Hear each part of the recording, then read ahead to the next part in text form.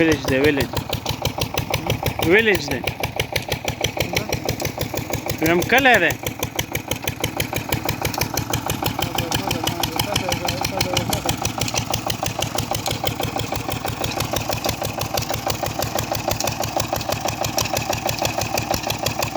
د دې ځای نه اوبه راخیږي او د خیره سره داسې